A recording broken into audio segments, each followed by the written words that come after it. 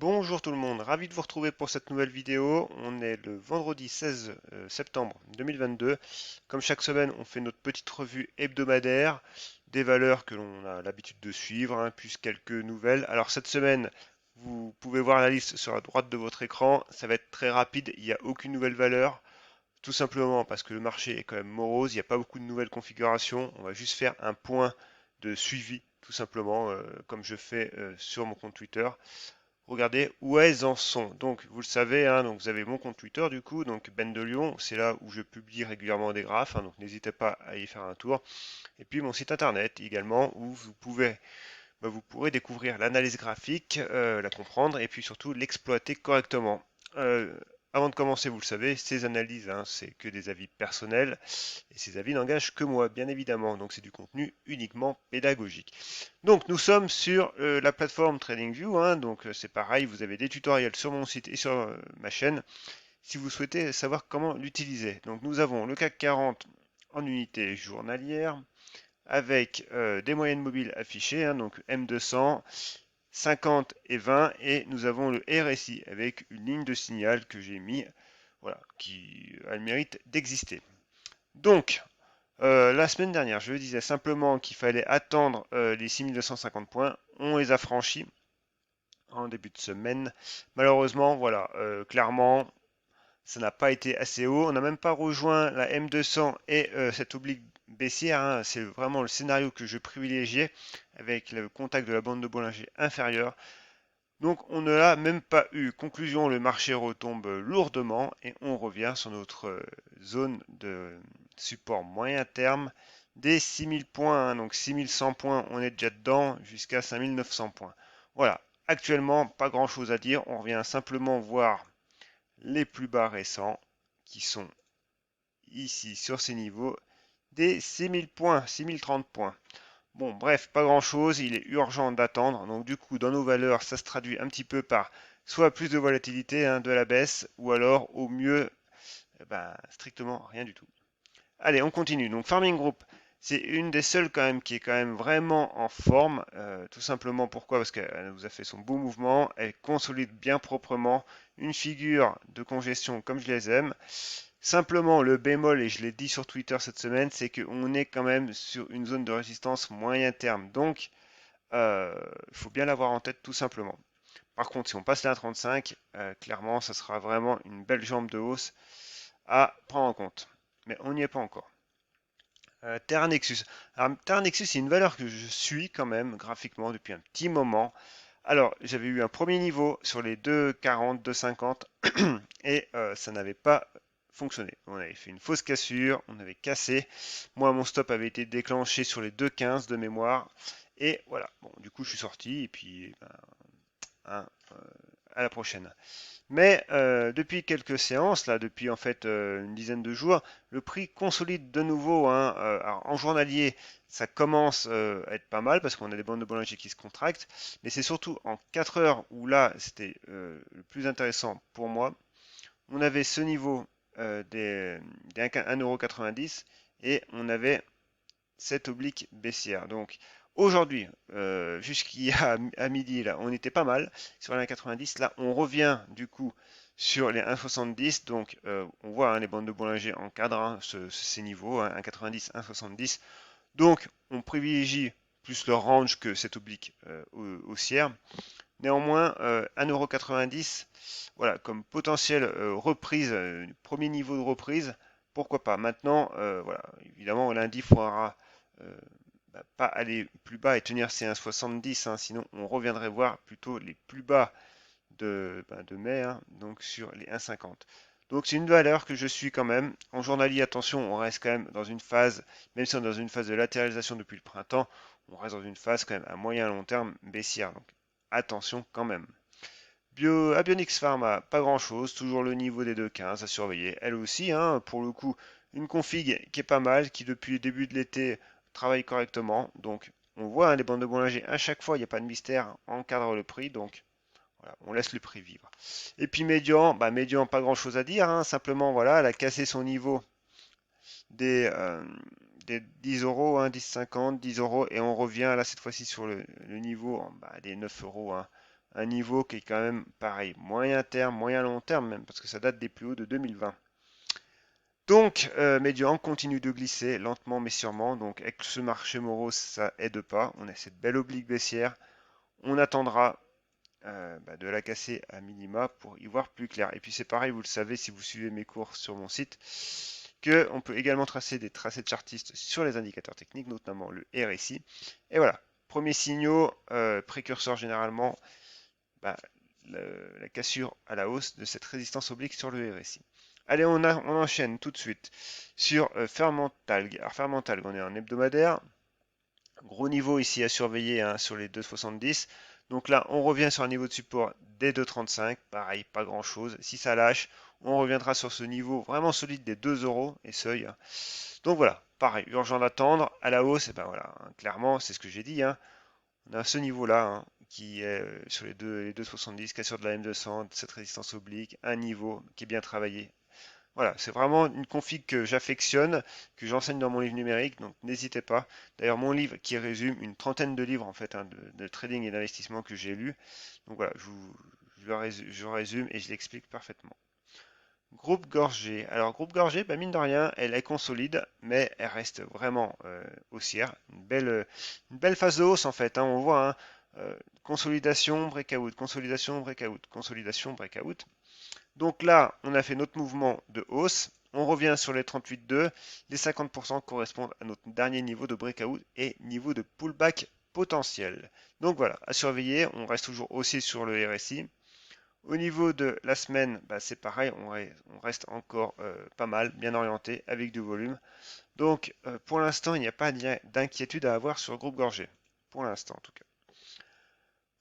Guillemot. Alors Guillemot, je l'ai laissé dans ma liste, mais en fait pas grand-chose. Hein. Donc là, c'est pareil pour le coup. Les retracements ne servent plus à grand-chose, hein, parce que bon, on a cassé les 61, on va en direction des 78. Donc pour moi, c'est plus une conso, c'est une correction. Et tout simplement, on revient en direction des plus bas de juin également. Allez, je passe un peu vite, mais il n'y a pas grand-chose à dire tout simplement, donc je ne vais pas faire une vidéo de 20 minutes pour parler et ne rien dire. Tout simplement, Reworld Media. Reworld Media, c'est pareil. Elle reste encore dans une config intéressante, elle. Hein. Donc là, c'est un niveau de support. Donc le niveau de support qui est sur les 6,50. On a ce beau support oblique haussier. Donc, on a, si on se met en 4 heures, on peut tracer sur les plus hauts cette zone-là hein, de résistance, donc sur les 6,75, toujours pareil. Et puis on voit, hein, on est sur une résistance court terme, avec cette bande de Bollinger qui commence à encadrer le prix, et surtout un petit peu plus moyen terme avec cette bande de Bollinger journalier cette fois-ci, qui pareil vient en contact. Donc 6,75 à surveiller pour aller rejoindre. Alors, aller rejoindre dans un premier temps les 7 euros. Hein, et les 7 euros seront vraiment notre niveau pivot moyen terme. Cogra. Alors Cogra, c'est un petit peu la douille aussi de la semaine. Du coup, qu'est-ce qui se passe? Bah, de la volatilité, mais surtout le prix nous donne à force des journées qui passent plus d'informations, notamment ce canal baissier qui cadre bien le prix en fait. Hein, et surtout cette cassure là, des 15,90 16 euros. Et aujourd'hui, on est venu faire un pullback sous ce niveau, donc changement de polarité oblige, hein, vous le savez. Un support qui est testé plusieurs fois, une fois qu'on le casse, une fois qu'il est retesté de nouveau, devient cette fois-ci résistance. Or là, actuellement, c'est ce qui se passe. Donc, à minima, sous les 16 euros, on se méfie. En plus, attention, on a un croisement de moyenne mobile qui est en train d'arriver, qui n'est pas encore là, mais qui va se produire d'ici fin septembre. Et là, bon, croisement baissier, on pourrait, suivant cette baisse, hein, ce canal baissier, retourner voir la M200, hein, pourquoi pas, hein, sur les 13 euros quand même, hein, et zone de support moyen terme. Voilà, donc Cogra, on se méfie quand même. Moulinvest, c'est pareil, Moulinvest, on avait un beau niveau, on a eu une cassure, une fausse cassure, une conso, et puis on a cassé dans la foulée la M200. Là aujourd'hui, on casse un petit peu le canal haussier, c'est pareil, c'est pas très jojo à court terme. Conclusion, à court terme, on revoit les niveaux des 41-40 euros en support. Sinon, on retournerait voir les 35 euros. C'est pareil. ESSO, alors ESSO, c'est la douille de la semaine. Beaucoup d'attentes sur le titre, hein. On parle de dividendes exceptionnels et tout. Bon, il en est pas, au final, il en est que il en est rien. Donc du coup, le marché n'a pas vraiment apprécié. Donc les 60 euros ont mis le feu aux poudres, hein. Et c'est surtout après, du coup, ça a accéléré en fait, hein. Et c'est surtout ce niveau-là des 50 euros. Donc, en gros, le graphe parle de lui-même, hein. C'est un range, hein, un canal horizontal. Du coup, on voit bien, hein, le RSI, lui, a vraiment chuté depuis qu'on a cassé les 60 euros. Néanmoins, aujourd'hui, le marché tente de préserver ce niveau des 50 euros, avec cette belle mèche basse. Donc, ça prouve quand même qu'il y a des acheteurs sur ces niveaux. Mais voilà, il m'en faudra un peu plus, hein, évidemment. Là, on a juste une réaction technique. Même en 4 heures, on voit qu'on est encore sur des bandes divergentes. On est baissier au niveau du RSI. Donc, vous le savez, le RSI, on surveille aussi les zones 70 et 30. Là, on est sous les 30. Donc, potentiellement un signal de reprise quand on aura cette cassure des 30 euros sur le RSI, qu'on a déjà sur l'horaire, mais voilà, l'horaire est pour moi un peu court terme. Donc j'attends de le voir sur le 4 heures, tout en sachant quand même que là, à court terme, quand même, la situation, on le voit au GMMA, hein, est complètement dégradée. Et puis j'y pense, on va regarder le titre Xemar. Alors je voulais le faire, j'ai pas mis dans ma liste et j'y pense maintenant. Xemar, alors si j'y écris correctement. Elle, c'est un titre que je surveille, et d'ailleurs j'ai mon petit ASD qui est positionné sur les 9,38 là. Actuellement, alors là on est en 4 heures, donc en journalier, on le voit très bien, hein, bande de Bollinger pareil qui s'encadre tout doucement, hein. Alors, la bande supérieure est encore un petit peu au-dessus, mais voilà, on cadre.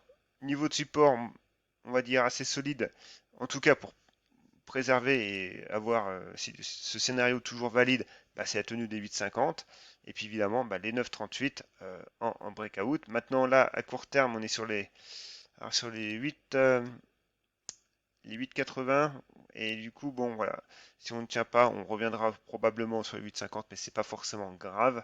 Et puis surtout, cette cassure là, donc on fait un drapeau ou un fanion plutôt.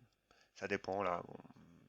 Et on a cette belle jambe de hausse donc, qui ferait notre mât, donc notre fanion. Si on reporte la longueur du mât, alors on va même se mettre en mensuel ici, et ben ça nous donne un objectif théorique sur les plus hauts de 2014. Donc graphiquement, c'est quand même pas dégueu. Voilà. Maintenant, faut que ça tienne, évidemment, hein. C'est une hypothèse, c'est un scénario. Par contre, il faut que on ait un signal. Le signal, c'est la cassure et la validation des 9,38 comme premier pivot et surtout des plus hauts euh, sur les 9,70. Donc voilà pour Xemar. Allez, on finit avec STM. STM, c'est pareil, hein, on est toujours pas mal. Donc les retracements de Fibonacci, on est au-dessus des 50, donc on est toujours dans une conso. Par contre, c'est pareil, je surveille également ce niveau des 39 euros. Pour l'instant, il n'y a pas grand-chose à faire. Simplement, épaule, tête, épaule à surveiller. Voilà, tout simplement. Ce qui nous donnerait comme niveau, pareil, les plus hauts hein, de novembre 2021 sur les 47 euros. Et enfin, la dernière, Prodway. Alors, Prodway, elle est plutôt à voir en hebdomadaire parce qu'il n'y a franchement pas beaucoup de volume.